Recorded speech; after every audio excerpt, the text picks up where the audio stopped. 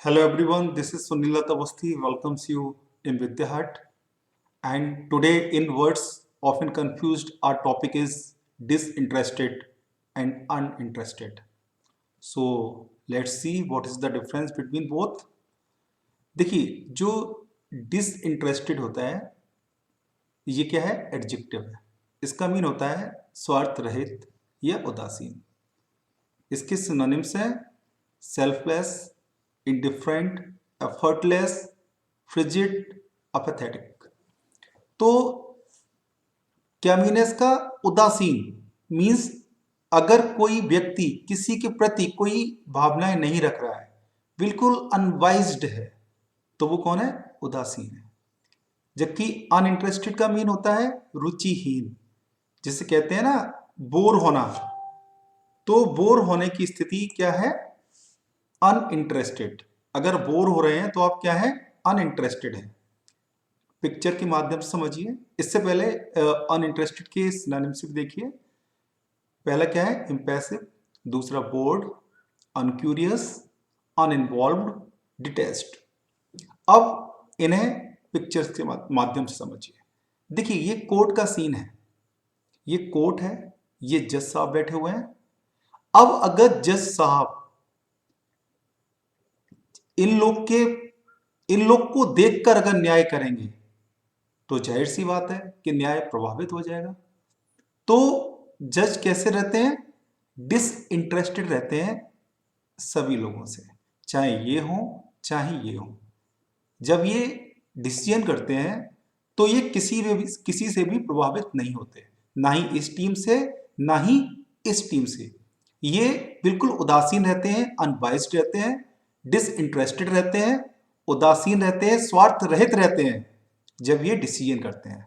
तो इनका डिसीजन कैसा होता है? फेयर होता है। जजमेंट इनका फेयर होता है। तो एग्जाम्पल देखते हैं। आ जज during any hearing of case remains disinterested for making fair judgment. कोई जज during any hearing of case, किसी भी केस की सुनवाई के दौरान, रिमेन्स डिसइंटरेस्टेड, उदासीन रहते हैं, making fair judgment, fair judgment करने के लिए। कोई भी जज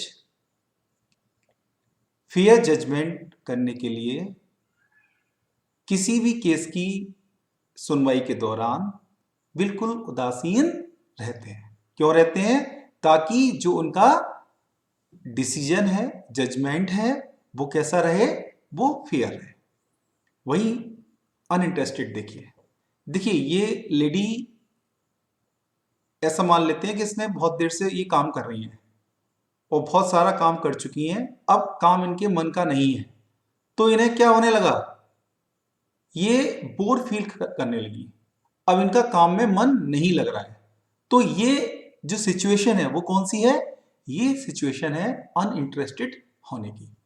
when an employee work continuously, जब एक एम्प्लॉय ने लगातार कार्य किया तो क्या हुआ? कॉमा का मीन होता है तो she begin to feel uninterested of work.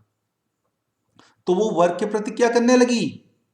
रुचिहीन या बोर फील करने लगी।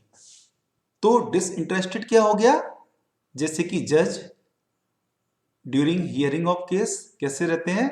डिसइंटरेस्टेड रहते हैं। और जब कोई व्यक्ति किसी चीज से बोर हो जाता है, किसी कार्य को करते या किसी भी चीज के प्रति इंटरेस्ट नहीं रखता है, तो वो स्थिति होती है अनइंटरेस्टेड की। I hope you will get the point. Thank you very much. Thanks for watching.